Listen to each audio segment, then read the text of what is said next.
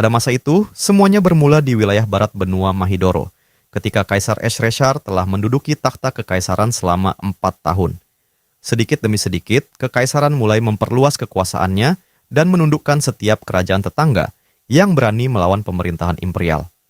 Di tengah kekacauan peperangan yang melanda berbagai negeri, hiduplah seorang tentara bayaran misterius yang telah memutuskan untuk mengubur masa lalunya sendiri. Saat pria itu terdiam memandangi kejauhan, kenangannya kembali pada sebuah momen yang sangat penting dalam hidupnya, sebuah peristiwa yang mengubah segalanya untuk selamanya. Pada masa lalu, ayahnya tiba-tiba mengatakan bahwa sudah waktunya baginya untuk menikah, membuat pemuda itu benar-benar tercengang. Dengan kebingungan yang meluap, pemuda itu bertanya apa maksudnya. Lalu sang ayah menjelaskan bahwa calon mempelainya adalah seorang gadis muda dari keluarga Baron Wibin. Ayahnya menerangkan bahwa gadis itu baru berusia 16 tahun, memiliki paras yang sangat cantik, pembawaan tenang, dan sangat menyukai berkebun. Sang ayah bahkan meyakinkan bahwa gadis itu akan menjadi pasangan hidup yang sempurna, sebelum meninggalkan ruangan dan membiarkan putranya tenggelam dalam pikirannya sendiri. Begitulah, secara mendadak, pada usia 14 tahun, pemuda itu mendapati dirinya berada dalam situasi yang tidak pernah ia bayangkan. Ia mengetahui bahwa dirinya akan menikahi seorang wanita bangsawan, yang bahkan wajahnya pun belum pernah ia lihat. Kecemasan dan kebingungan memenuhi pikirannya, tetapi tanpa cara untuk menghindari takdir yang telah ditentukan, ia akhirnya menerima kenyataan tersebut dan persiapan pernikahan pun segera dilakukan. Pada hari upacara, dengan pakaian serba putih yang dikenakannya, pemuda itu masih belum mampu memahami alasan dibalik keputusan ayahnya. Ia terus bertanya-tanya mengapa seorang gadis bangsawan bersedia menikah dengan seseorang seperti dirinya yang berasal dari keluarga pedagang biasa. Namun, saat upacara berlangsung, seorang pengantin wanita yang luar biasa cantik berjalan mendekati altar dan dengan tenang menyampaikan bahwa merupakan suatu kehormatan besar baginya dapat bertemu dengannya. Pemuda itu langsung merah hingga ke telinga dan tak mampu mengucapkan sepatah kata pun ketika kecantikan Tyria terpampang tepat di hadapannya. Dengan sikap yang anggun dan penuh wibawa, Tyria memperkenalkan dirinya sebagai Tyria Wiben. Rambut gadis itu berwarna keemasan seperti hamparan ladang gandum. Matanya berwarna hijau lembut yang begitu indah, kulitnya putih bersih, dan bibirnya merah merekah yang begitu menarik perhatian. Jika harus menggambarkannya hanya dengan satu kata, maka pemuda itu akan mengatakan bahwa Tyria adalah perwujudan dari misteri dan keanggunan itu sendiri. Pada saat itulah ayahnya menepuk bahunya dan mengingatkannya untuk menyapa calon istrinya, membuat pemuda itu tersadar dari lamunannya. Dengan gugup ia membungkuk canggung sambil terbata-bata menyampaikan bahwa merupakan sebuah kehormatan besar akhirnya bisa bertemu dengannya. Meskipun segala sesuatu terasa begitu mendadak dan membingungkan, satu-satunya hal yang mampu ia pikirkan adalah kenyataan bahwa mereka kini telah menjadi suami istri. Momen itu berarti ia akan menghabiskan sisa hidupnya bersama gadis luar biasa yang berdiri di hadapannya.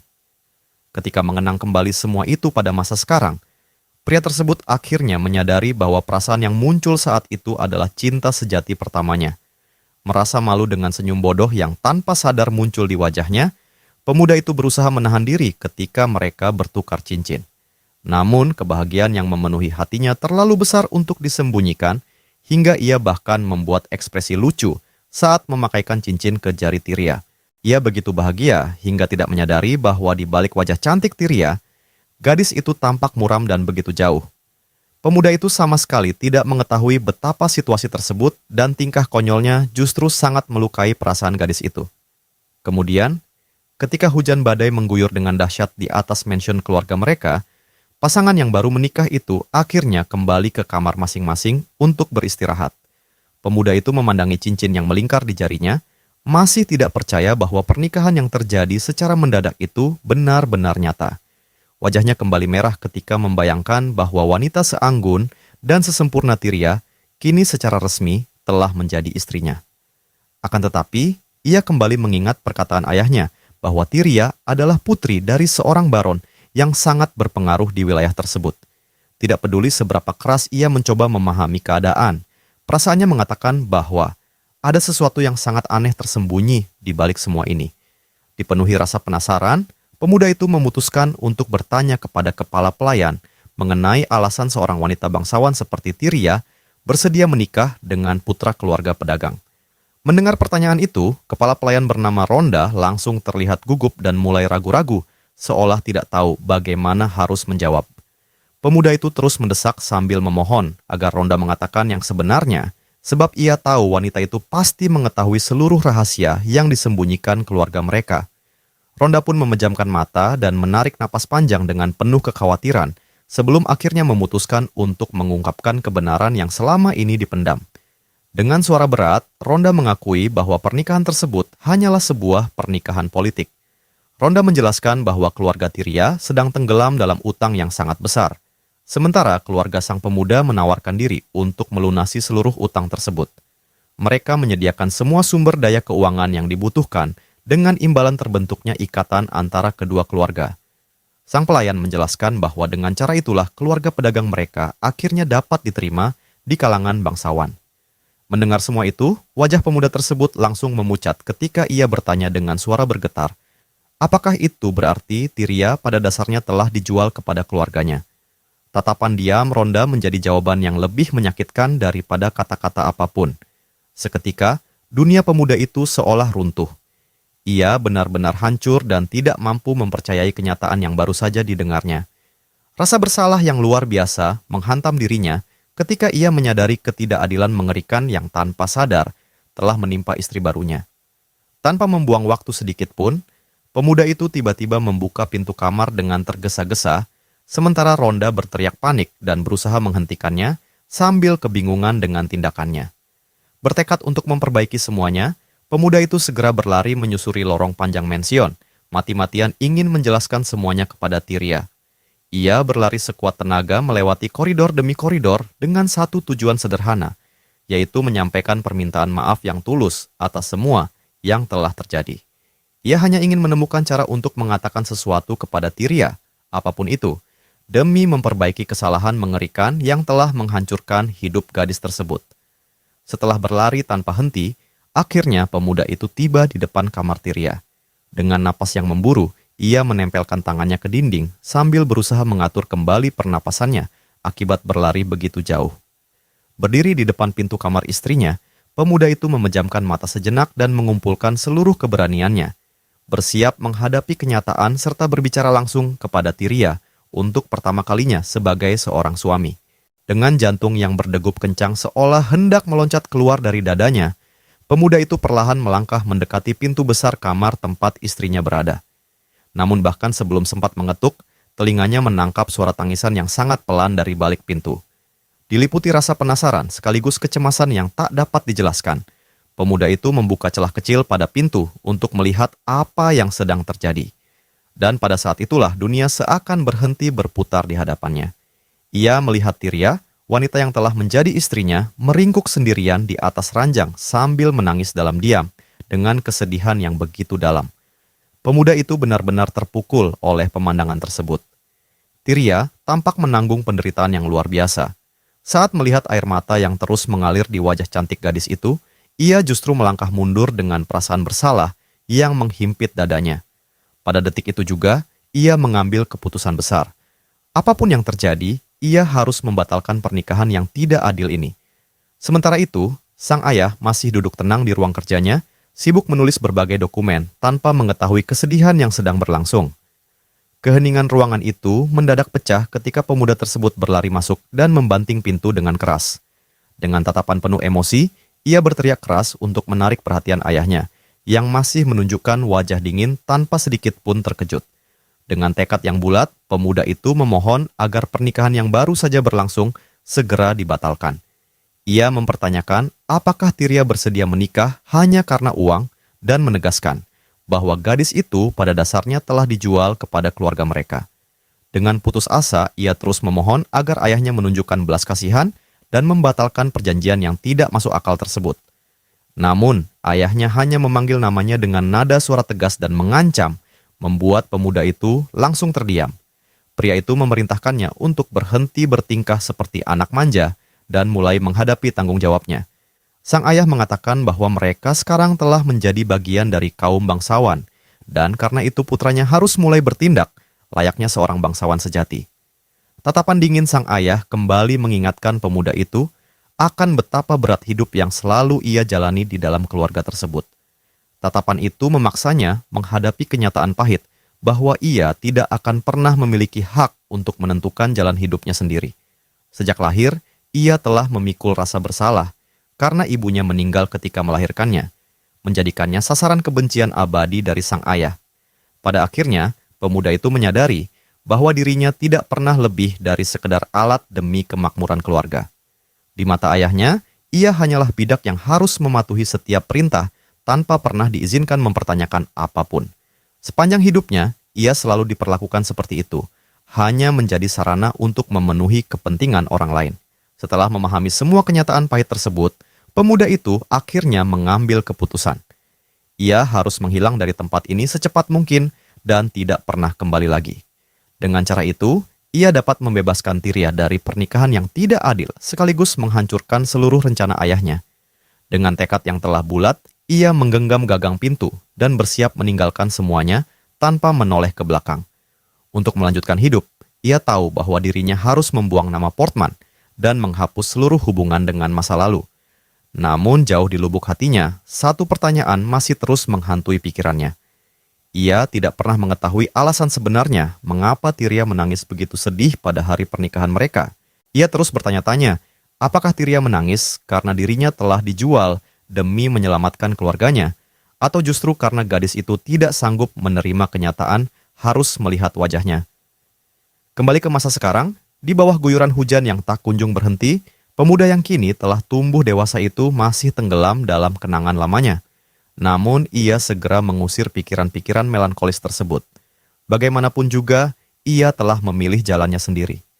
Kisah kemudian memperlihatkan sebuah benteng besar yang menjadi tempat berkumpul para prajurit dan tentara bayaran dari berbagai penjuru. Salah seorang pemimpin setempat tampak sangat terkejut ketika menerima kunjungan seorang pemuda misterius di tempat itu. Pria bertubuh besar tersebut mengejek sambil bertanya, apakah anak kurus seperti dirinya benar-benar ingin menjadi seorang tentara bayaran? Dengan tatapan serius yang tak tergoyahkan, pemuda itu menjawab dengan tegas bahwa dirinya memang berniat menjadi seorang tentara bayaran, tanpa menunjukkan sedikit pun rasa takut. Pemuda itu kemudian menyatakan bahwa mulai hari ini namanya adalah Kasha, sepenuhnya meninggalkan identitas lamanya. Selama 10 tahun berikutnya, Kasha bertarung tanpa henti di medan perang yang kejam dan berdarah demi bertahan hidup. Ia mengayunkan pedangnya dengan seluruh kekuatannya sambil berpindah dari satu peperangan ke peperangan lain, terus mencari tempat yang dapat ia sebut sebagai rumah. Lambat laun, namanya dikenal luas sebagai iblis pedang, yang ditakuti banyak orang. Tetapi, tak seorang pun mengetahui masa lalunya yang sebenarnya. Kini, sebagai seorang pria dewasa dengan pengalaman tempur yang luar biasa, Kasha berdiri gagah di medan pertempuran sebagai petarung yang tak kenal ampun. Peperangan terus berkecamuk dengan ganas, dan pasukan-pasukan bersenjata lengkap bersiap untuk saling membantai. Bahkan ketika berhadapan dengan ratusan tentara musuh, sang pejuang legendaris tidak menunjukkan sedikit pun keraguan. Kasha menggenggam erat senjata besarnya, sementara bilah pedang itu memantulkan cahaya keemasan matahari senja. Dengan satu tebasan mengerikan yang mampu menghancurkan lawan-lawannya, Kasha menerjang maju, memperlihatkan mengapa dirinya begitu dihormati dan ditakuti di seluruh medan perang. Beberapa waktu kemudian, suasana berpindah ke sebuah kedai minuman yang ramai, tempat para pengunjung tertawa dan mengobrol dengan gembira. Pemilik kedai dengan santai membersihkan gelas sambil memperhatikan para pelanggan yang keluar masuk. Tiba-tiba pintu terbuka, dan pria itu segera menyambut tamu yang baru datang dengan senyum ramah. Sosok misterius yang memasuki kedai itu ternyata adalah Kasha itu sendiri. Dengan pakaian sederhana dan sebuah tongkat yang menopang tubuhnya, ia berjalan perlahan sambil menyeret kakinya yang pincang akibat luka parah yang dideritanya selama perjalanan. Beberapa pelanggan mulai berbisik pelan setelah mengenali sosok tersebut. Bertanya-tanya apa yang sedang dilakukan pria itu di sini. Mereka sangat terkejut ketika menyadari bahwa iblis perang yang begitu ditakuti kini berada dalam kondisi yang mengenaskan. Pemilik kedai kemudian menyodorkan minuman sambil langsung menanyakan apa yang sebenarnya terjadi hingga Kasha berjalan terpincang-pincang seperti itu. Kasha menjawab dengan tenang bahwa itu hanyalah insiden kecil yang terjadi di medan perang. Pada saat yang sama, pelayan kedai menyerahkan sebuah surat kabar terbaru kepadanya dan kembali bertanya apakah luka itu cukup serius. Dengan nada pasrah, Kasha menjelaskan bahwa untuk sementara waktu ia harus hidup dengan keterbatasan seperti ini, seolah menerima nasib yang telah menimpanya tanpa banyak keluhan. Tiba-tiba, ketika Kasha membalik lembar demi lembar surat kabar yang sedang dibacanya, pemuda itu mendadak tersentak dan mencengkeram halaman tersebut dengan kuat. Pemilik kedai segera menyadari reaksi pelanggan yang begitu mendadak dan mengkhawatirkan itu, lalu memanggil Kasha sambil berusaha memahami apa yang sebenarnya terjadi. Kasha benar-benar membeku di tempat, matanya dipenuhi amarah yang membara saat membaca berita yang akan mengubah arah seluruh perjalanannya. Tercetak di salah satu sudut halaman itu terdapat foto Hoben Portman, pria yang sepanjang hidupnya paling ia benci. Tak lama kemudian, peluit keras kereta uap menggema di udara, menandakan bahwa perjalanan akhirnya akan dimulai. Lokomotif itu melaju cepat membelah rel di bawah cahaya keemasan sore yang begitu indah. Duduk di dalam gerbong, Kasha memandangi cakrawala dari balik jendela sambil mengenang semua peristiwa yang membawanya mengambil keputusan penting tersebut. Foto ayahnya yang telah meninggal tercetak kecil di salah satu sudut surat kabar itu, dan melihat wajah Hoben Portman sekali lagi membuat seluruh luka masa lalu Kasha terbuka kembali dengan cara yang menyakitkan dan tak terhindarkan.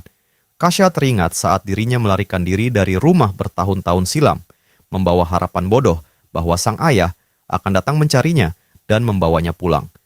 Itu adalah harapan polos seorang anak berusia 14 tahun yang belum memahami kebusukan dunia yang sebenarnya.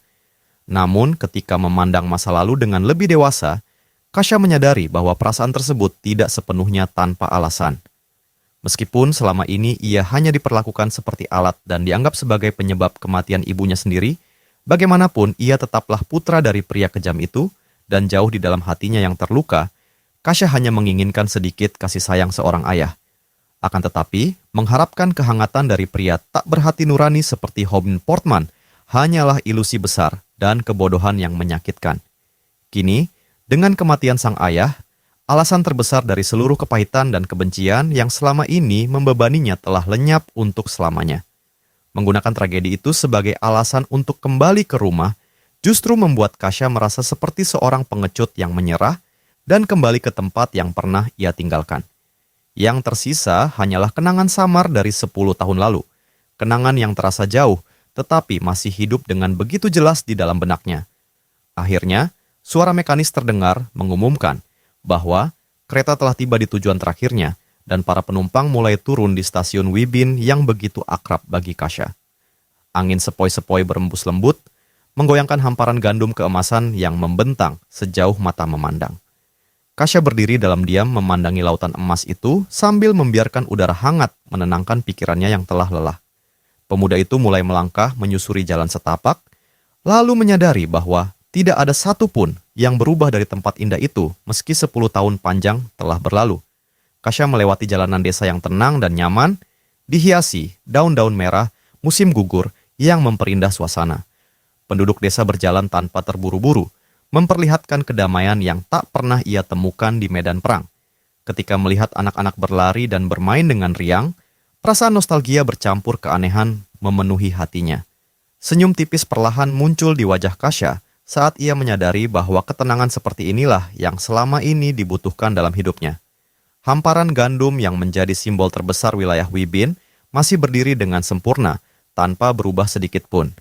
Kasha dengan hangat mengenang masa kecilnya saat bermain petak umpet bersama teman-temannya di desa. Ia juga teringat ketika seluruh pakaiannya penuh lumpur dan dirinya berakhir dimarahi habis-habisan oleh pengurus rumah tangganya. Setiap langkah pelan yang diambil sambil bertumpu pada tongkat membuat kenangan masa lalu menjadi semakin jelas dan nyata. Kasha bergumam pelan, merasa begitu aneh bahwa dirinya masih menyimpan begitu banyak kenangan tentang tempat yang telah ditinggalkannya sejak lama. Namun ekspresi wajahnya perlahan berubah menjadi murung ketika matanya menatap jalan tanah di depan dengan penuh pikiran. Tiba-tiba, bayangan Tyria dengan kecantikannya yang misterius dan anggun muncul di dalam benaknya, membuat Kasha menghela napas panjang penuh kerinduan. Kasha membayangkan bahwa wanita itu pasti hidup dengan baik dan dengan kecantikan luar biasanya, mungkin seorang bangsawan lain telah menjadikannya istri. Tiba-tiba, suara seorang wanita terdengar nyaring memanggil nama Tyria, membuat mata Kasha membelalak karena terkejut. Kasya segera menoleh ke belakang dan melihat seorang pelayan muda berlari tergesa-gesa menuju seorang wanita yang sedang berada di tengah hamparan gandum. Pelayan itu mengeluh dengan nada khawatir kepada majikannya dan mempertanyakan mengapa wanita tersebut terus memaksakan diri membawa beban yang begitu berat seorang diri.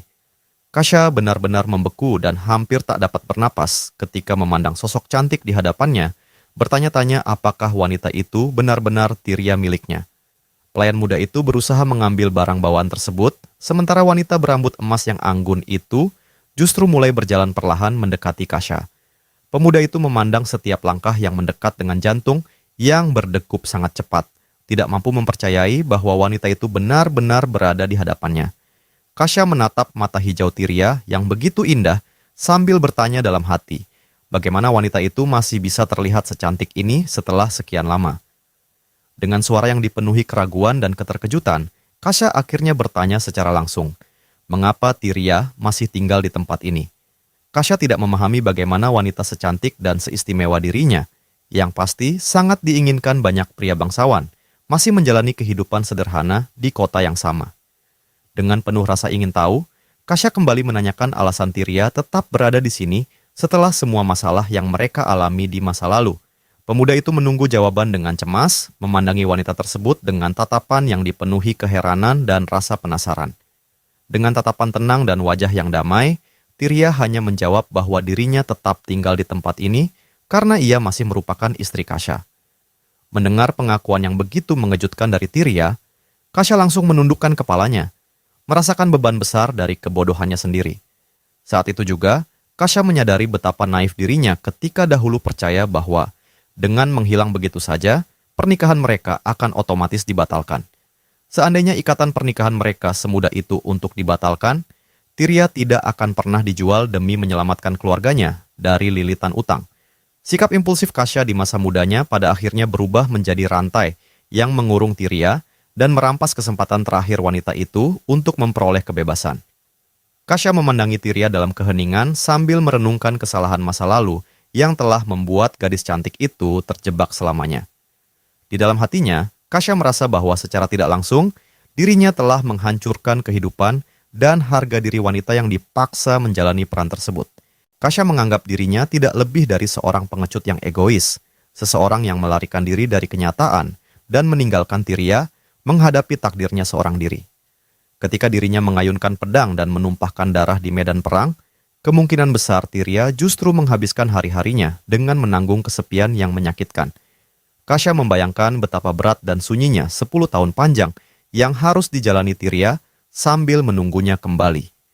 Kasya tahu bahwa dirinya seharusnya meminta maaf dengan tulus atas semua penderitaan yang telah ia sebabkan, tetapi keraguan begitu besar menguasai hatinya. Pemuda itu takut dirinya sudah tidak memiliki hak untuk meminta maaf setelah begitu banyak waktu berlalu, atau mungkin Tirya akan marah dan menolak permohonan maafnya. Kasya mencoba mengucapkan beberapa patah kata dengan terbata-bata untuk memecah kesunyian yang canggung itu, sambil menggerakkan tangannya dengan gugup karena tidak tahu harus memulai dari mana. Tirya tetap tenang dan ekspresinya tidak berubah sedikit pun, hanya memandang Kasya dengan tatapan lembut, sementara pria itu terus gagal menjelaskan dirinya sendiri. Dengan sangat lembut, Tirya memotong kegugupan Kasya dan dengan tenang mengusulkan agar mereka segera masuk ke dalam mansion terlebih dahulu. Wanita bangsawan tersebut mulai melangkah pulang dengan langkah tenang, sedangkan Kasya mengikuti dari belakang tanpa mengucapkan sepatah kata pun. Kasya memperhatikan punggung Tirya saat wanita itu berjalan di depannya dan merasakan bahwa sosok tersebut diselimuti misteri yang begitu dalam dan sulit dipahami. Dalam benaknya, Kasya merasa akan jauh lebih baik jika Tirya melampiaskan amarahnya atau setidaknya berteriak untuk menunjukkan kekecewaan dan kemarahannya. Kasya membayangkan bahwa jauh di dalam hati, wanita itu pasti menyimpan kebencian dan kepahitan karena dirinya telah melarikan diri dan meninggalkannya begitu saja. Ia membayangkan Tirya akan meluapkan kemarahan dan menuntut penjelasan terlambat mengenai alasan dirinya kembali setelah sekian lama. Pikiran-pikiran itu membuat Kasya dipenuhi ketakutan dan kegelisahan karena harus menghadapi penghakiman keras dari istrinya. Namun ketika memandang Tirya, Kasya menyadari bahwa wanita itu terus berjalan dengan sikap yang tenang dan damai sepanjang jalan setapak tersebut. Tiba-tiba, Tyria berhenti di tengah jalan, berbalik dengan lembut, lalu bertanya dengan suara manis apakah Kasia tidak akan menemaninya masuk ke dalam rumah. Kasia mengedipkan matanya dengan terkejut melihat sambutan yang begitu hangat dan damai. Bahkan ia membutuhkan beberapa saat untuk menyadari ucapan tersebut. Pemuda itu menggenggam tongkatnya erat-erat dan dengan mantap mengatakan bahwa dirinya akan segera menyusul tanpa ragu lagi. Dengan demikian, Kasia dan Tyria berjalan berdampingan melewati hamparan gandum keemasan yang indah di bawah cahaya matahari senja menuju kediaman keluarga yang luas. Mansion megah keluarga Portman muncul di cakrawala, berdiri dengan anggun dan disinari warna keemasan senja yang hangat. Sesampainya di depan rumah, Tyria dengan sopan meminta Kasia menunggu sebentar di luar karena dirinya ingin memanggil kepala pelayan terlebih dahulu. Wanita muda itu membuka pintu kaca besar di bagian depan dan masuk ke dalam kediaman. Sementara Kasia tetap berdiri sambil tenggelam dalam pikirannya sendiri. Pemuda itu mengamati setiap sudut mansion tempat dirinya menghabiskan sebagian besar masa kecilnya yang penuh gejolak. Dengan perasaan takjub, Kasia menyadari bahwa semuanya masih tetap sama, seperti saat dirinya melarikan diri dari tempat itu 10 tahun lalu.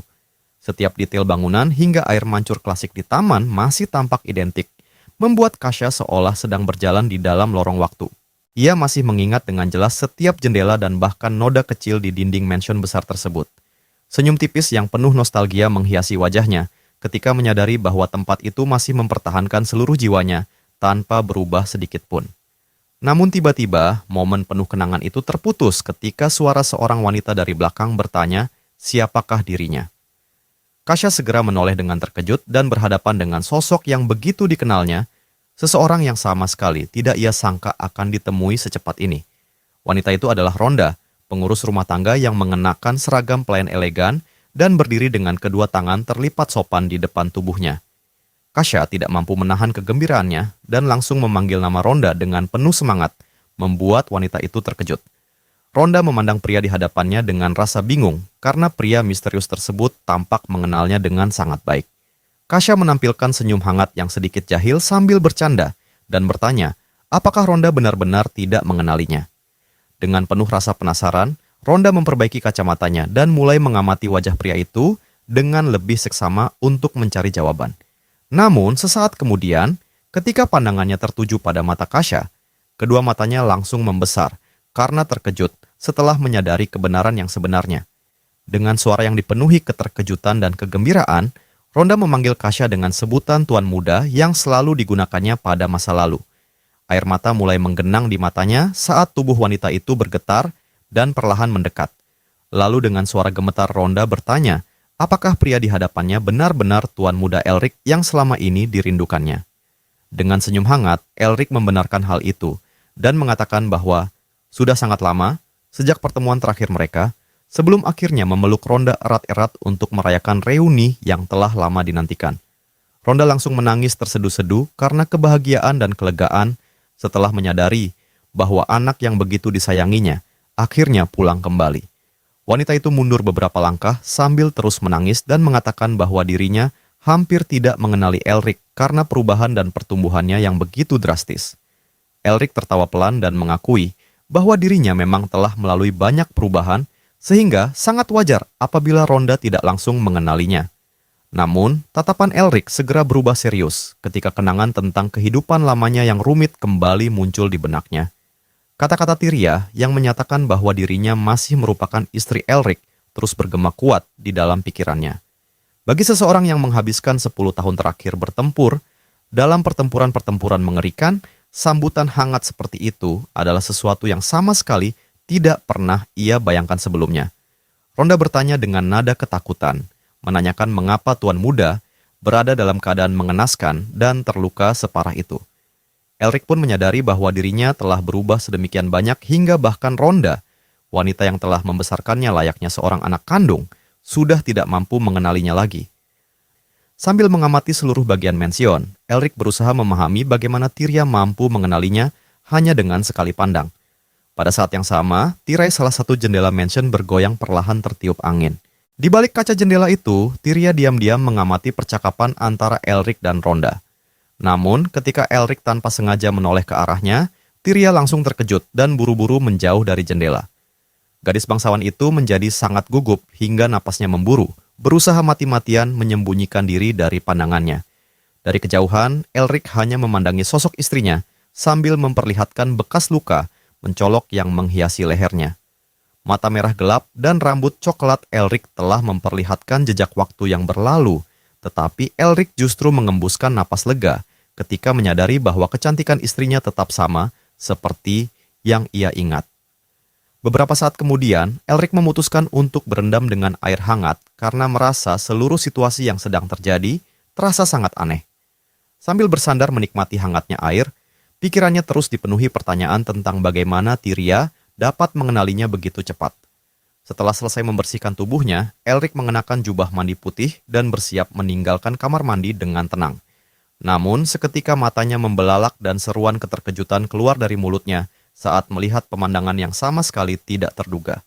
Tepat di tengah ruangan, Tyria berdiri dengan tubuh yang hanya tertutup handuk pendek. Wajah gadis itu berubah merah sepenuhnya karena malu, hingga ia bahkan tidak mampu mengucapkan sepatah kata pun dengan jelas. Dengan terbata-bata, Tyria mati-matian berusaha meminta maaf karena tanpa sengaja masuk ke kamar mandi.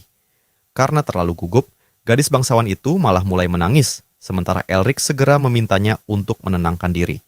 Dengan penuh kecemasan, Elric mendekat dan meyakinkan Tyria bahwa semuanya baik-baik saja sambil memohon agar istrinya berhenti menangis. Dengan sangat lembut, Elric mengangkat tangannya dan menghapus air mata yang membasahi wajah Tyria. Tiba-tiba, teriakan memekakan telinga bergema di sepanjang lorong ketika pelayan bernama Mari menjatuhkan keranjang cucian yang dibawanya. Dengan panik, Mari berlari melintasi mansion, berusaha memahami apa yang sebenarnya sedang terjadi. Gadis itu langsung menerobos pintu sambil memanggil atasannya dengan wajah yang dipenuhi kepanikan murni. Namun, langkah Mari langsung membeku ketika ia melihat Elric sedang memegang Tyria dengan cara yang begitu intim di dalam kamar mandi. Elric segera memeluk istrinya dengan sikap melindungi sambil memandang penyusup itu dengan ekspresi terkejut. Dalam pelukannya, Tyria menangis dengan malu-malu, sembari memanggil nama Mari dengan suara pelan, berusaha menutupi perasaan sebenarnya. Elric hanya tertawa canggung dan buru-buru berbohong dengan mengatakan bahwa dirinya hanya membantu Tyria agar tidak terjatuh. Kisah kemudian membawa kembali ingatan menuju masa-masa kelam peperangan di garis pertahanan Chevor, tempat resimen pengawal kelima ditempatkan untuk menahan serangan musuh. Di tengah hujan deras yang terus mengguyur tanpa ampun, salah seorang petarung pemberani mengawasi cakrawala dengan tatapan tajam dan tak tergoyahkan. Dari pihak lawan, muncul sosok yang begitu ditakuti, Libron, kesatria pelopor pasukan kekaisaran yang memimpin kelompok penyerang elit sambil memamerkan senyum menyeramkan di wajahnya. Diiringi gema teriakan perang yang mengguncang medan tempur, pasukan kekaisaran menerima perintah untuk maju habis-habisan dan memusnahkan seluruh kekuatan pertahanan setempat. Libron mengejek para lawannya dengan suara lantang. Sambil mengangkat pedang raksasanya tinggi-tinggi, Libron menjamin bahwa ia akan menebas setiap musuh yang berdiri di hadapannya tanpa menunjukkan sedikit pun belas kasihan. Dalam serangan yang sangat brutal, komandan musuh yang perkasa itu mulai menjatuhkan banyak penjaga sekaligus, membuat darah bercampur dengan air hujan menyebar di atas tanah yang basah. Menghadapi jurang perbedaan kekuatan yang begitu besar, para prajurit yang masih bertahan mulai berteriak putus asa bahwa mustahil mengalahkan kesatria berzirah tersebut. Tanpa melihat pilihan lain yang mampu mencegah pembantaian total, para perwira segera memerintahkan seluruh unit untuk mundur ke belakang garis pertahanan. Namun di tengah kepanikan yang menyebar ke seluruh medan perang, Kasha justru melangkah maju dengan tenang menuju bahaya. Pedang beratnya bertumpu santai di atas bahunya, seolah ancaman di hadapannya tidak berarti apa-apa. Dari kejauhan, para prajurit kekaisaran memperhatikan sosok misterius itu dan bertanya-tanya, apakah Kasha hanyalah tentara bayaran biasa yang disewa oleh Chevor. Sama sekali tidak memedulikan bisikan maupun penilaian lawan-lawannya, Kasha mengambil posisi bertarung lalu mengangkat pedang besarnya. Dengan tatapan dingin yang terus terfokus pada musuh, Kasha menunjukkan ketenangan luar biasa menjelang bentrokan yang tak terelakkan. Tidak membuang waktu sedikit pun, salah satu prajurit kekaisaran yang terkenal nekat langsung menerjang ke arahnya dengan ganas. Pedangnya terangkat tinggi sementara senyum sadis menghiasi wajahnya. Akan tetapi, Kasha menahan serangan itu dengan kemudahan yang nyaris tidak masuk akal, dan pada saat yang sama sudah bersiap melancarkan serangan balasan yang menghancurkan.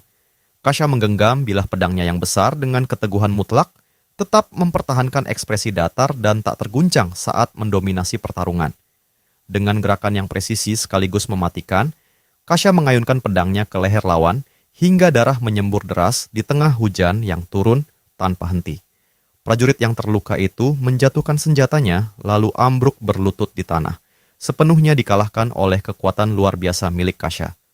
Tanpa memberi kesempatan sedikit pun, Kasha memutar pedangnya dengan cepat dan menebas kepala lawannya hanya dalam satu ayunan yang bersih, tegas, dan tanpa ampun. Helm berlumuran darah milik prajurit itu menggelinding di atas tanah hingga berhenti tepat di hadapan rekan-rekannya, menyebarkan ketakutan ke seluruh barisan kekaisaran. Para tentara yang menyaksikan kejadian tersebut hanya mampu membeku di tempat karena teror yang mencekam. Keringat dingin mulai mengucur dari tubuh mereka ketika menyadari kekuatan mengerikan yang dimiliki pria itu. Berdiri di samping jasad lawannya yang telah tumbang, Kasha memperkenalkan dirinya dengan penuh wibawa sebagai Kasha, kesatria tentara bayaran legendaris dari Chevor. Dengan suara mantap, Kasha menantang seluruh musuh yang masih tersisa untuk maju, apabila mereka benar-benar memiliki keberanian untuk bertarung. Kasha menegaskan bahwa ia akan menebas habis setiap orang yang berdiri di hadapannya tanpa keraguan sedikit pun. Namun tepat ketika keberaniannya mengguncang medan perang, sensasi dingin mendadak menjalar di sepanjang tulang punggung Kasha. Nalurinya menangkap adanya ancaman mematikan yang sedang bergerak cepat mendekatinya. Kasha bereaksi pada detik yang sama ketika bahaya itu datang dan segera mengaktifkan perisai mana miliknya, berusaha melindungi diri dari serangan mendadak yang sama sekali tidak terduga. Namun, proyektil berkekuatan dahsyat itu menembus lapisan pelindung tersebut dengan brutal, menghancurkan pertahanannya seolah tidak berarti apapun sebelum akhirnya menghantam lutut Kasha tepat di sasarannya. Rasa sakit yang luar biasa langsung menjalar ke seluruh tubuhnya. Kasha mengatupkan gigi kuat-kuat sambil menahan jeritan yang hampir lolos dari bibirnya. Tubuhnya kehilangan keseimbangan dan jatuh berlutut di tengah tanah yang telah dipenuhi darah. Dengan susah payah, Kasha menancapkan pedangnya ke tanah dan menggunakan senjata itu sebagai penyangga agar dirinya tidak roboh sepenuhnya.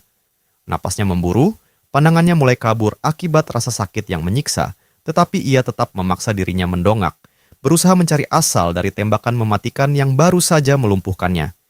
Di puncak tebing yang tidak jauh dari lokasi pertempuran, dua sosok misterius berdiri diam mengamati kekacauan yang terjadi di bawah mereka. Keduanya mengenakan pakaian eksentrik yang aneh dan topeng yang menyembunyikan identitas mereka sepenuhnya. Salah satu dari mereka adalah seorang wanita yang masih memegang senapan runduk panjang. Asap tipis masih mengepul dari ujung laras senjatanya, menjadi bukti jelas bahwa dialah pelaku di balik tembakan yang baru saja menghancurkan pertahanan Kasha. Pada saat yang sama, Elric terbangun dengan tubuh tersentak hebat. Matanya terbuka lebar dipenuhi ketakutan, sementara napas panjang penuh kepanikan keluar dari mulutnya setelah sekali lagi mengalami mimpi buruk yang mengerikan itu. Bayangan perang yang selama ini menghantuinya kembali muncul dengan begitu nyata hingga terasa seolah ia benar-benar berada di sana. Dengan gerakan refleks, Elric langsung duduk di atas tempat tidur. Seluruh tubuhnya basah oleh keringat dingin, sementara tangannya menggenggam sebuah pisau dalam posisi siap bertarung, mengarah ke ruang kosong di depannya, seakan musuh bisa muncul kapan saja. Sedikit demi sedikit, sinar matahari pagi yang masuk melalui jendela besar mulai menerangi ruangan megah dan mewah itu.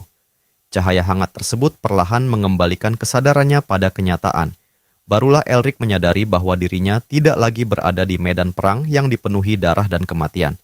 Ia telah kembali dengan selamat ke rumahnya. Tidak ada suara ledakan, tidak ada jeritan prajurit yang sekarat, dan tidak ada ancaman yang mengintai dari segala arah. Yang ada hanyalah ketenangan sebuah kamar luas yang dipenuhi kemewahan. Tiba-tiba, suara ketukan di pintu membuat tubuh Elric menegang kembali. Secara naluriah, ia langsung mengarahkan pisaunya ke arah sumber suara tersebut.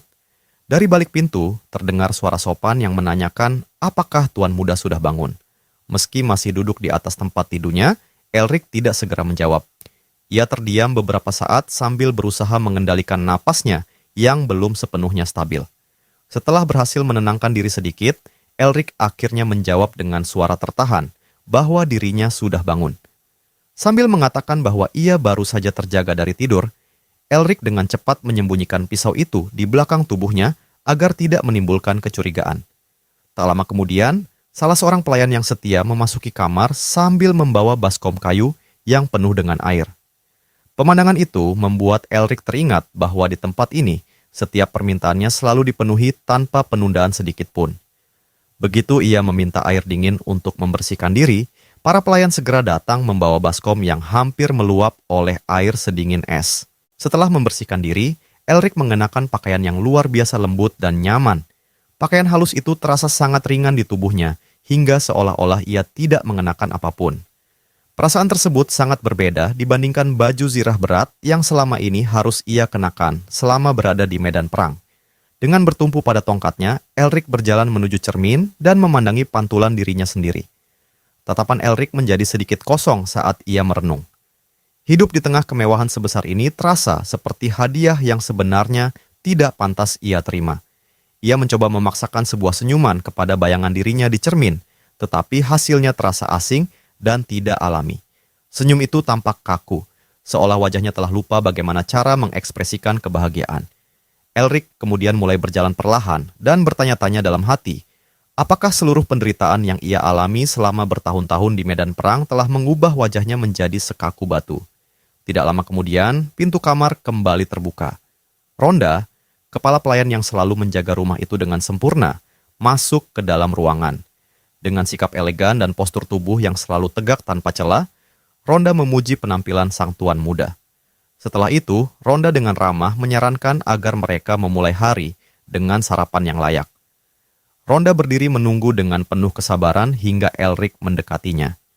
Namun, ketika melihat cara berjalan Elric yang pincang, wanita itu langsung menunjukkan ekspresi khawatir dan bertanya apa yang sebenarnya terjadi pada kakinya. Mendengar pertanyaan tersebut, Elric segera mengarang alasan. Ia menjelaskan bahwa dirinya terjatuh dari sebuah bukit curam karena kurang berhati-hati. Di balik kebohongan itu, Elric teringat kembali pada luka yang ia dapatkan selama perang. Ia sangat menyadari bahwa dirinya tidak mungkin mengatakan kebenaran. Bagaimana mungkin ia menjelaskan bahwa sebuah peluru masih bersarang di dalam lututnya? Mengungkapkan hal tersebut hanya akan membuat orang-orang di sekitarnya khawatir. Mendengar alasan itu, Rhonda justru tertawa kecil dengan nada geli. Rhonda berkomentar bahwa Elric ternyata masih sama cerobohnya seperti dahulu. Ucapan itu membuat Elric tertawa canggung. Pada saat yang sama, ingatannya kembali melayang pada kesalahpahaman memalukan yang terjadi sehari sebelumnya, membuat rasa malu kembali muncul di dalam hatinya. Ketika Elric dan Rhonda berjalan menyusuri koridor-koridor megah di dalam mansion, suara langkah kaki yang lembut mulai bergema dari arah depan. Di bawah cahaya lembut yang masuk melalui jendela-jendela besar, siluet anggun seorang gadis perlahan terlihat semakin jelas. Rambut panjang berwarna keemasan berkilau indah diterpa sinar matahari, sementara wajahnya yang lembut memancarkan pesona yang sulit diabaikan. Tyria muncul dengan kecantikan yang begitu memukau hingga seolah mampu menghentikan waktu sesaat. Dengan senyum hangat yang menghiasi wajahnya, Tyria menatap Elric penuh kelembutan dan menanyakan apakah ia berhasil beristirahat dengan baik sepanjang malam. Namun, begitu pandangan Elric jatuh kepada Tyria, ingatannya langsung melesat pada momen memalukan ketika ia tanpa sengaja melihat wanita itu keluar dari pemandian hanya dengan balutan handuk. Wajah Elric seketika merah hingga ke telinga. Rasa malu yang luar biasa membuatnya hampir tidak mampu merangkai jawaban yang layak setelah sebelumnya dicap sebagai seorang mesum akibat insiden tersebut. Sebelum ia sempat mengatakan apapun, Mari tiba-tiba menunjuk ke arahnya dengan gerakan dramatis dan berteriak lantang bahwa Elric benar-benar seorang mesum. Sementara itu, Tyria hanya berdiri kaku di belakang dengan ekspresi yang sangat canggung, seolah berharap dirinya bisa menghilang dari situasi yang memalukan itu. Rhonda, yang sudah kehabisan kesabaran menghadapi keributan tersebut, langsung melayangkan ketukan keras ke kepala Mari. Kepala pelayan itu memarahi gadis muda tersebut tanpa ampun karena berani mengintip pemandian milik orang lain. Mari meringis kesakitan, tetapi Rhonda sama sekali tidak memberinya kesempatan untuk membela diri. Dengan mencengkeram kerah pakaian pelayan muda itu, Rhonda menyeretnya pergi dari sana, sementara Mari masih terus mengeluh dan berteriak. Sebelum benar-benar meninggalkan tempat itu, Rhonda tetap sempat menundukkan kepala dengan sopan dan berharap agar Elric menikmati masa tinggalnya di mansion. Setelah mereka pergi, suasana menjadi jauh lebih tenang. Meskipun rasa canggung yang tertinggal justru terasa semakin berat. Elric berdeham pelan, mencoba mengusir ketegangan yang menggantung di udara. Dengan senyum ramah yang dipaksakan, ia mengucapkan selamat pagi kepada Tyria dan mengatakan dengan santai bahwa dirinya tidur dengan sangat nyenyak semalam. Namun, setelah mengamati sekeliling, ia menyadari bahwa Mari tidak pernah terlihat sejak terakhir kali ia tinggal di sini. Karena tidak mengenali pelayan baru yang sedang bertugas, Elric pun bertanya siapa nama gadis tersebut. Tyria pun menjelaskan bahwa ia adalah pelayan baru di sini bernama Mare. Akan tetapi, percakapan yang awalnya biasa saja berubah menjadi bencana ketika Tyria secara tidak sengaja menyinggung kembali kejadian saat Mari menyebutnya seorang mesum. Panik karena topik itu kembali muncul, Elric segera menggerakkan tangannya dengan heboh, berusaha menghentikan pembicaraan tersebut sebelum berkembang lebih jauh. Ia berkali-kali menegaskan bahwa Tyria tidak perlu memikirkan kejadian itu sama sekali. Elric kemudian menggenggam erat gagang tongkatnya, berusaha mengumpulkan kembali ketenangan yang hampir runtuh akibat rasa malu. Dengan wajah yang masih merah, ia mencoba menjelaskan bahwa semua itu hanyalah rasa penasaran yang bodoh, karena sebelumnya ia belum pernah melihat pelayan tersebut. Sayangnya, alasan yang terdengar tergesa-gesa itu tidak sepenuhnya meyakinkan. Tyria menatapnya dengan mata setengah menyipit, memberikan pandangan tajam yang jelas menunjukkan bahwa dirinya masih menyimpan keraguan terhadap penjelasan tersebut. Tidak lama kemudian, keheningan yang memalukan mulai memenuhi ruangan. Elric dan Tyria melanjutkan sarapan mereka berdampingan tanpa banyak bicara. Tyria menikmati makanannya dengan tenang dan anggun, mengunyah perlahan seolah tidak menyadari ketegangan yang memenuhi ruang makan itu. Namun tiba-tiba, gadis muda tersebut membuka mulut seakan hendak membahas sesuatu yang cukup sensitif. Seketika itu juga, seluruh indera Elric menjadi waspada. Melihat kesempatan tersebut, Elric memutuskan untuk mengambil inisiatif. Ia merasa kesalahpahaman besar yang terjadi sehari sebelumnya harus segera diselesaikan agar tidak terus menghantuinya. Namun, ketika ia mulai membuka pembicaraan, Tyria dengan malu-malu bertanya, apakah yang dimaksud Elric adalah kejadian di pemandian itu. Bersamaan dengan pertanyaan tersebut, pipi Tyria perlahan berubah merah karena rasa malu yang sama besarnya. Elric berusaha menyampaikan permintaan maaf secara formal. Kata-kata itu bahkan belum sempat keluar sepenuhnya ketika Tyria buru-buru mengangkat suaranya dengan gugup, menghentikan pembicaraan tersebut sebelum berlanjut lebih jauh. Dengan wajah yang masih merah, Tyria hanya meminta agar Elric fokus pada sarapannya dan segera menghabiskan makanan yang ada di hadapannya. Tyria kemudian memalingkan wajahnya ke arah lain. Kedua tangannya mencengkeram gaunnya sendiri dengan gemetar halus, menunjukkan betapa canggung dirinya menghadapi seluruh situasi yang terlalu pribadi itu. Gadis muda tersebut memilih diam sepenuhnya. Bahkan untuk menatap mata suaminya secara langsung pun, ia tidak sanggup melakukannya. Melihat suasana yang semakin tidak nyaman, Elric menggaruk bagian belakang lehernya, sambil diam-diam mengutuk keputusannya sendiri, karena telah mengangkat topik tersebut. Ingatannya kembali pada saat dirinya hanya mengenakan jubah tipis di pemandian. Saat itu ia menyadari bahwa dirinya juga telah memperlihatkan terlalu banyak hal yang seharusnya tidak terlihat. Pikiran Elric kemudian melayang pada tubuhnya sendiri yang dipenuhi bekas luka perang. Luka-luka dalam yang menghiasi kulitnya merupakan jejak dari pertempuran dan penderitaan yang tak terhitung jumlahnya. Dengan perasaan pahit, Elric mulai bertanya-tanya, apakah Tyria sebenarnya terkejut bukan karena kesalahpahaman itu, melainkan karena melihat begitu banyak bekas luka yang menjadi bukti masa lalunya yang brutal. Sarapan pun berlanjut dalam keheningan. Tidak ada suara selain dentingan alat makan yang sesekali menyentuh piring. Semakin lama duduk di sana, Elric semakin menyesali keputusannya untuk membahas insiden tersebut. Ia merasa suasana memalukan itu perlahan akan membuat mereka berdua kehilangan akal. Karena tidak tahan berada dalam situasi tersebut lebih lama lagi, Elric mulai memasukkan makanan ke dalam mulutnya dengan kecepatan yang hampir putus asa. Ia makan terburu-buru tanpa memedulikan etika maupun penampilan. Dalam waktu singkat, kedua pipinya sudah menggembung penuh oleh makanan. Dengan tergesa-gesa, Elric membersihkan mulutnya, sementara Tyria memandangnya dengan keterkejutan yang tidak bisa disembunyikan. Gadis itu benar-benar tidak menyangka akan melihat perilaku seceroboh itu dari seseorang yang seharusnya bertindak layaknya bangsawan. Tanpa memedulikan tatapan tersebut, Elric mengangkat ibu jarinya sambil berusaha tersenyum. Dengan mulut yang masih penuh makanan, ia mengumumkan bahwa dirinya harus segera pergi dan berharap Tyria dapat melanjutkan sarapannya dengan tenang. Setelah itu, Elric bangkit dari kursinya secepat mungkin. seolah sedang melarikan diri dari medan perang. Dalam beberapa langkah saja, Elric sudah mencapai pintu ruang makan. Ia segera keluar dan menutup pintu kayu di belakangnya. Suara klik lembut dari pintu yang tertutup menjadi penanda berakhirnya momen sarapan yang dipenuhi kecanggungan luar biasa itu. Tyria memandangi pintu yang telah tertutup itu selama beberapa saat. Keheningan yang tertinggal setelah kepergian Elric membuat jantungnya berdebar semakin cepat. Sinar keemasan yang masuk ke dalam ruangan seolah membawa kehangatan yang lembut, dan dalam hati Tyria, diam-diam berharap agar Elric menjalani hari yang menyenangkan. Setelah menyelesaikan sarapan, Elric melangkah menuju aula utama mansion keluarga Portman. Begitu tiba di sana, ia segera menyadari bahwa seluruh wilayah kediaman megah itu telah hidup sepenuhnya. Para pelayan berlalu lalang menjalankan tugas mereka masing-masing, menciptakan suasana sibuk yang menunjukkan bahwa properti keluarga Portman beroperasi tanpa henti.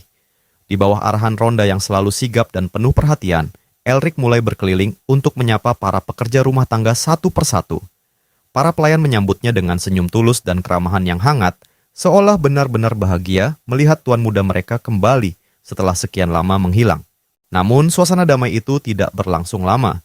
Salah seorang pelayan tiba-tiba bertanya dengan nada jahil. Apakah benar Elric mencoba menyerang sang nyonya rumah pada hari sebelumnya?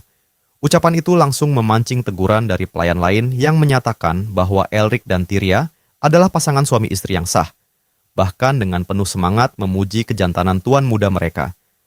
Belum sempat Elric merespons, suara teriakan keras menggema di sepanjang koridor.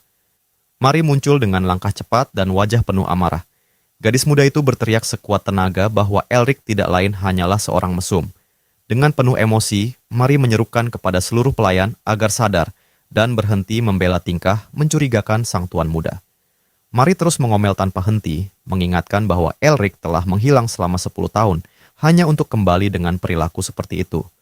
Namun rentetan keluhannya mendadak terhenti ketika sebuah tangan kokoh mendarat di bahunya. Orang yang menghentikannya adalah Aldio tua. Pria lanjut usia itu muncul dengan senyum ramah dan meminta Mari agar tidak terlalu keras terhadap tuan muda mereka. Dengan nada santai, Aldio menjelaskan bahwa Mari masih terlalu muda untuk memahami persoalan semacam itu. Sebagai seseorang yang telah menghabiskan sebagian besar hidupnya melayani keluarga bangsawan, Aldio menjelaskan bahwa tugas utama seorang bangsawan adalah memastikan keberlangsungan garis keturunan keluarganya melalui pewaris yang sah. Dengan antusias, Aldio berpendapat bahwa Elric hanya sedang menjalankan kewajiban pernikahannya dengan setia ketika berada di pemandian. Menurutnya, tindakan itu justru membuktikan bahwa Elric adalah bangsawan sejati yang tidak melupakan tanggung jawabnya, bahkan setelah menghabiskan 1 dekade jauh dari rumah. Mendengar pembicaraan yang semakin memalukan itu, Elric hanya bisa memandang mereka dengan wajah yang hampir terbakar karena malu. Sementara itu, Mari terus melancarkan protes keras dan bersikeras bahwa Elric adalah lambang pria mesum paling buruk yang pernah ia lihat. Aldio sama sekali tidak memedulikan teriakan gadis muda itu. Dengan wajah penuh harapan, pria tua tersebut bertanya, apakah Elric akhirnya memutuskan untuk pulang dan menetap selamanya di rumah keluarga Portman dan menghasilkan keturunan. Pertanyaan itu membuat Elric mengeluarkan tawa canggung yang terdengar kering dan tidak nyaman. Sambil menggenggam tongkatnya dengan erat, Elric tenggelam dalam pikirannya sendiri. Kenyataannya, ia masih belum mengambil keputusan apapun mengenai masa depannya. Luka serius pada lututnya memang memaksanya untuk tinggal di mansion itu untuk sementara waktu, tetapi jauh di dalam hatinya muncul pertanyaan yang sulit dijawab. Setelah bertahun-tahun menghilang, bagaimana mungkin dirinya kembali dan bertindak sebagai penguasa sah atas tanah luas yang indah itu, sebuah wilayah yang dipenuhi hamparan gandum keemasan sejauh mata memandang. Tidak ingin membahas topik tersebut lebih jauh, Elric segera mengalihkan pembicaraan. Ia memberitahu Aldio bahwa dirinya masih memiliki beberapa urusan yang harus diselesaikan dan mereka bisa berbincang lebih banyak nanti. Mendengar itu, Aldio menganggukkan kepala dengan hormat sambil tetap menunjukkan kegembiraan atas kepulangan tuan mudanya. Tak lama kemudian, Elric memerintahkan Aldio untuk menyiapkan kereta karena ia harus segera pergi. Dalam waktu singkat, kendaraan itu mulai bergerak perlahan menyusuri jalan tanah yang membelah ladang gandum keemasan milik keluarga Portman. Roda-roda kereta berderit lembut di atas jalan, sementara angin musim gugur berhembus, tenang melintasi ladang yang luas. Di tengah hamparan gandum, Tyria berdiri seorang diri sambil memperhatikan kereta yang perlahan menjauh menuju gerbang perkebunan. Dengan satu tangan, Tiria menahan topi jerami besarnya agar tidak terbawa angin lembut siang itu. Tatapannya tetap terpaku pada kereta yang semakin kecil di kejauhan. Setelah menempuh perjalanan cukup jauh, kereta itu akhirnya berhenti di sebuah lokasi terpencil di atas bukit. Elric turun perlahan dari kereta dengan bantuan tongkatnya. Langkahnya lambat, namun mantap. Ia memandangi lanskap yang sunyi di hadapannya dengan ekspresi yang syarat akan kenangan dan kesedihan. Dalam suara yang hampir tak terdengar, Elric bergumam bahwa memang sudah sangat lama sejak terakhir kali dirinya datang ke tempat ini. Beberapa langkah kemudian, Elric berhenti di depan sebuah makam batu yang besar dan kokoh. Nama yang terukir di sana adalah Hoven Portman. Cahaya langit yang terang menyinari batu nisan itu ketika Elric menatapnya tanpa berkedip. Dengan kesedihan mendalam yang selama ini tersimpan di hatinya, Elric berbisik lirih memanggil ayahnya. Di hadapan makam tersebut, Elric larut dalam refleksi yang panjang.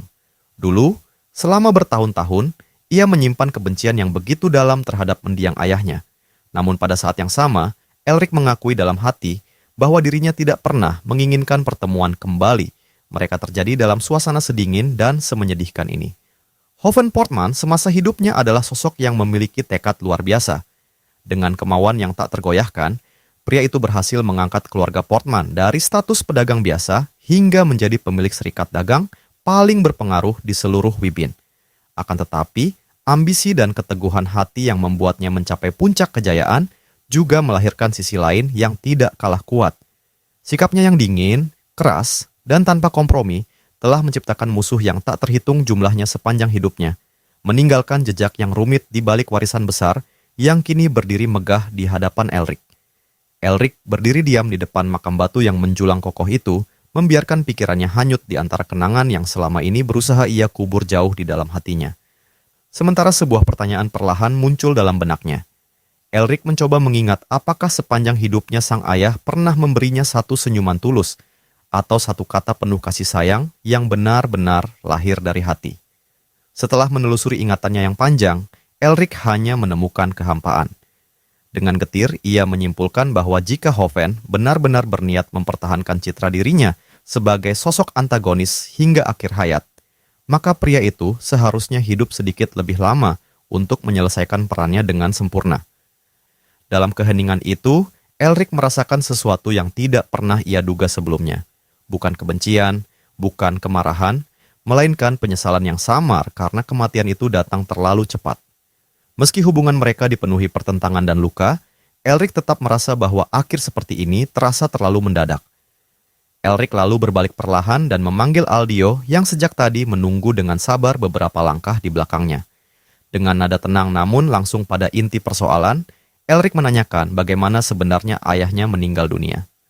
Mendengar pertanyaan itu, Aldio segera menjawab bahwa penyebabnya adalah penyakit jantung serius yang telah lama menggerogoti tubuh Hoven Portman. Jawaban itu membuat Elric cukup terkejut. Ia baru mengetahui bahwa hingga akhir hayatnya, Hoven menyembunyikan kondisi kesehatannya dari hampir semua orang. Hanya dokter pribadinya dan Aldio yang mengetahui keadaan sebenarnya. Aldio melanjutkan penjelasannya dengan suara yang tenang. Menurutnya, ketika Hoven mulai menyadari bahwa ajalnya sudah semakin dekat, pria itu mengerahkan seluruh tenaga yang masih tersisa untuk menutup dan melikuidasi berbagai bisnis miliknya satu persatu. Mendengar penuturan tersebut, Elric memperlihatkan senyum tipis yang mengandung sedikit ironi. Ia mengakui bahwa dirinya selalu merasa penasaran terhadap Aldio. Dengan jujur, Elric bertanya, apa sebenarnya yang dilihat Aldio pada sosok Hoven yang begitu dingin hingga mampu membuatnya menunjukkan kesetiaan sebesar itu selama bertahun-tahun. Tanpa berpikir panjang, Aldio langsung tersenyum lebar.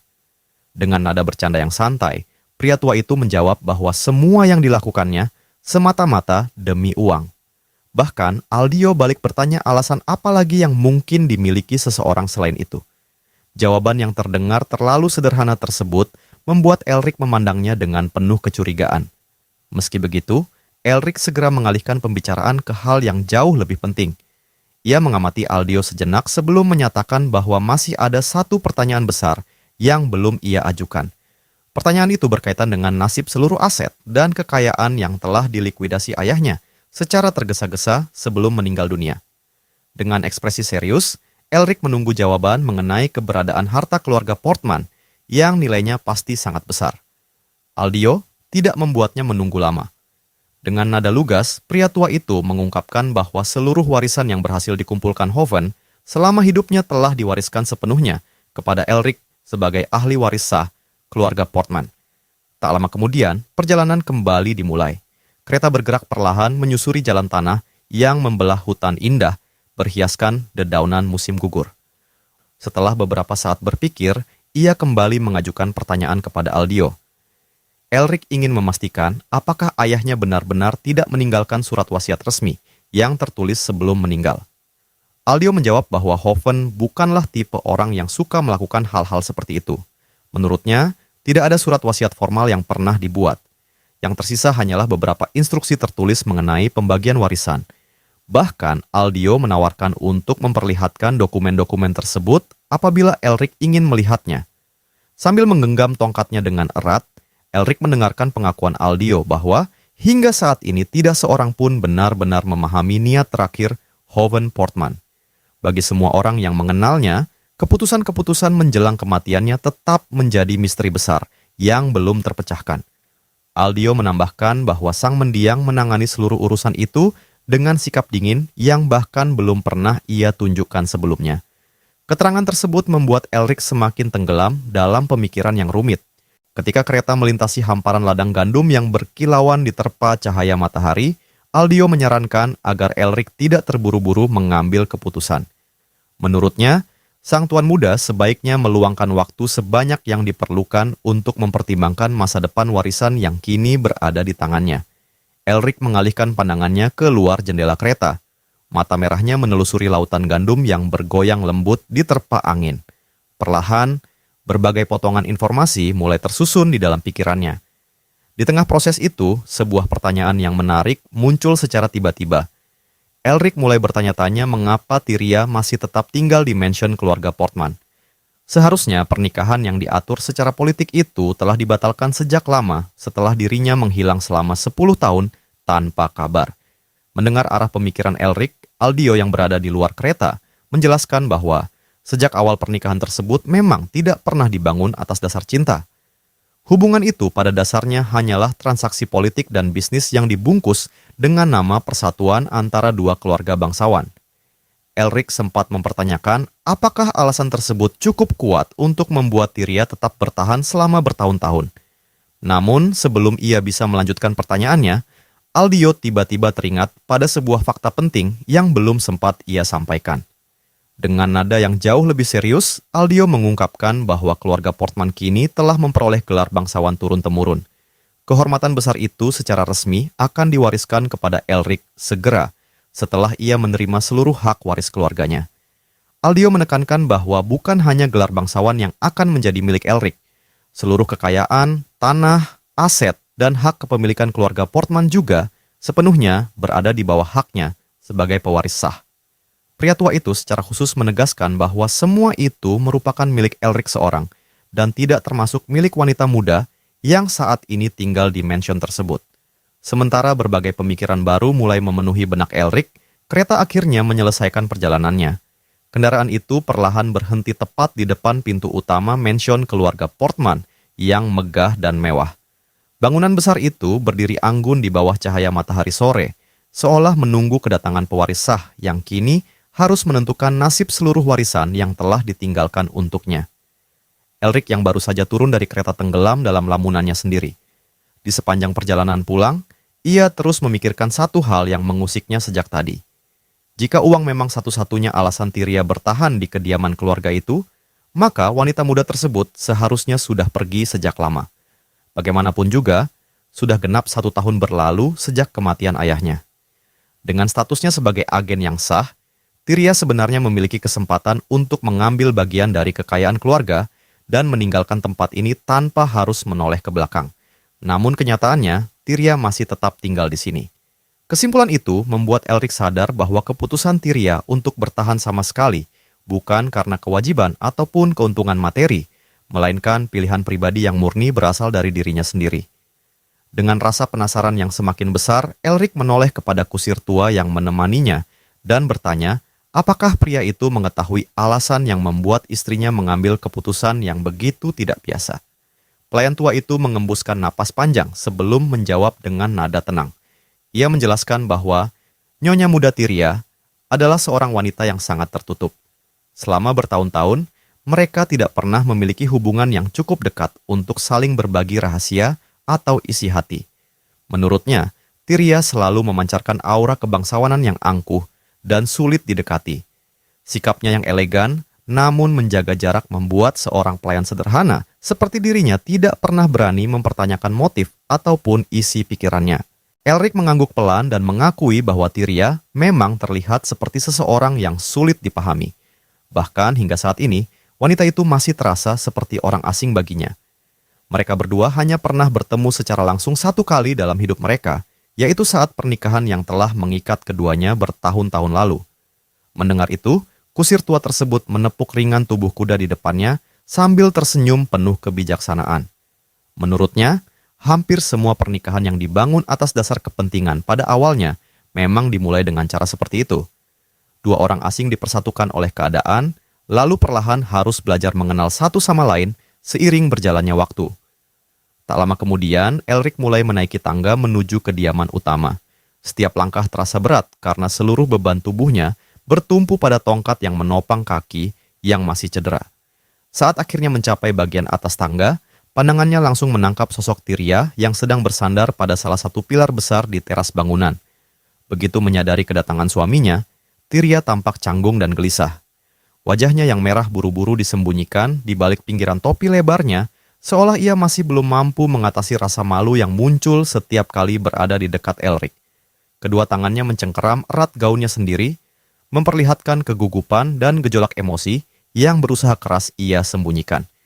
Dengan langkah yang ragu-ragu, Tiria mulai berjalan perlahan menuju pintu masuk kediaman.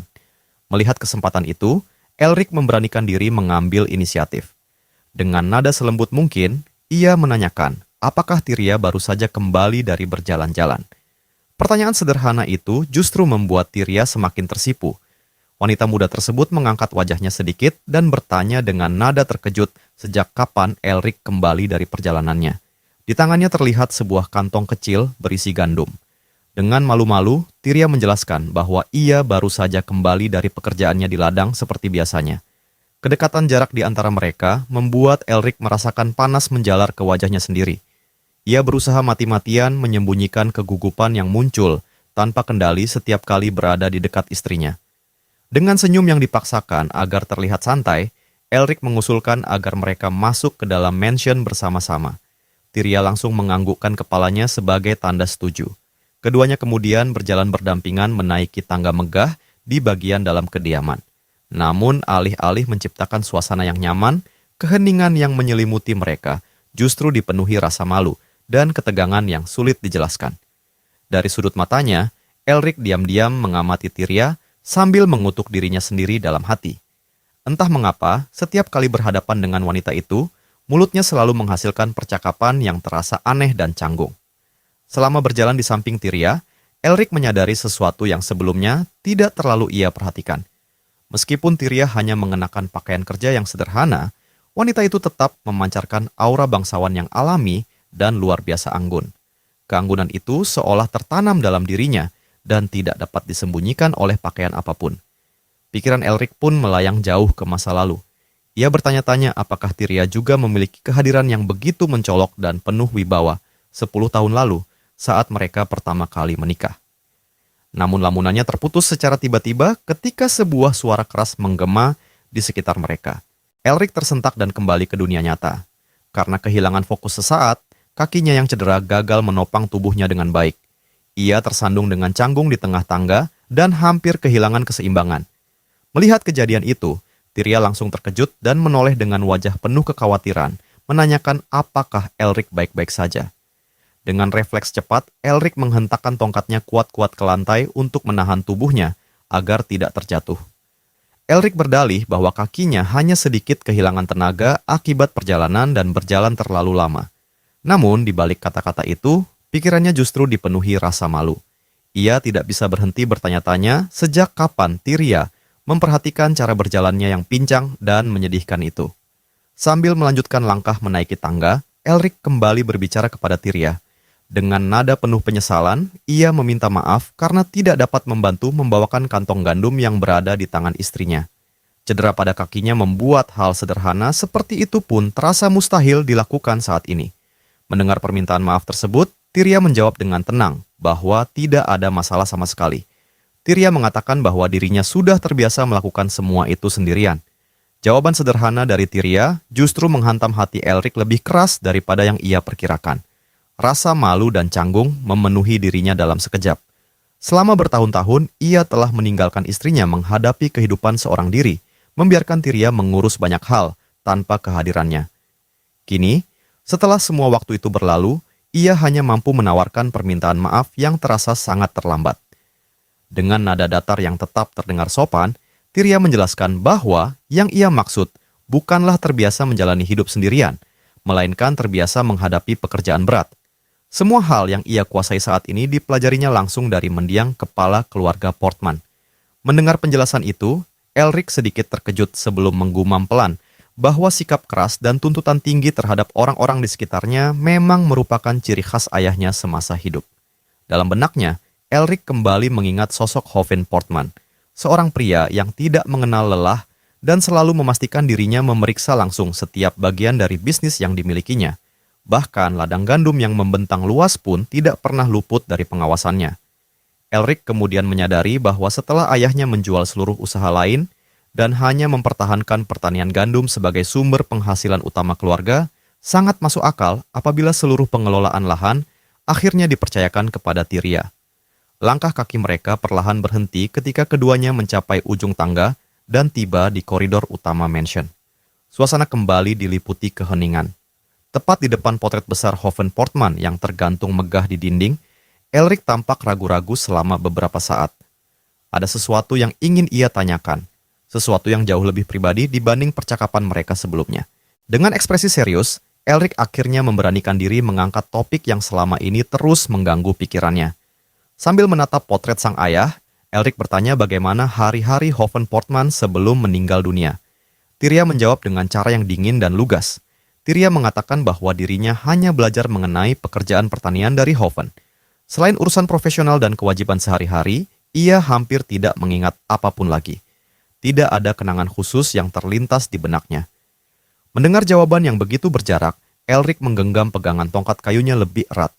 Hatinya terasa berat, tetapi ia tetap memaksa dirinya mengajukan satu pertanyaan lagi. Dengan keberanian yang dikumpulkannya susah payah, Elric bertanya, apakah selama bertahun-tahun itu ayahnya pernah menyebut namanya atau sekedar menanyakan kabarnya? Tyria menjawab singkat, tidak pernah. Jawaban sederhana itu jatuh seperti batu yang menghantam dasar hatinya. Elric hanya mampu membentuk senyum tipis yang dipenuhi kepahitan. Tidak ada kemarahan di wajahnya, hanya kesedihan yang seolah telah lama ia kenal. Konfirmasi itu sekali lagi membuktikan betapa dinginnya hubungan yang selama ini ia miliki dengan ayahnya. Dalam diam, Elric merenung bahwa hubungan antara ayahnya dan Tyria mungkin merupakan kombinasi yang sangat aneh. Di satu sisi ada Hoven Portman, seorang ayah yang keras, kaku, dan tidak pandai menunjukkan perasaan.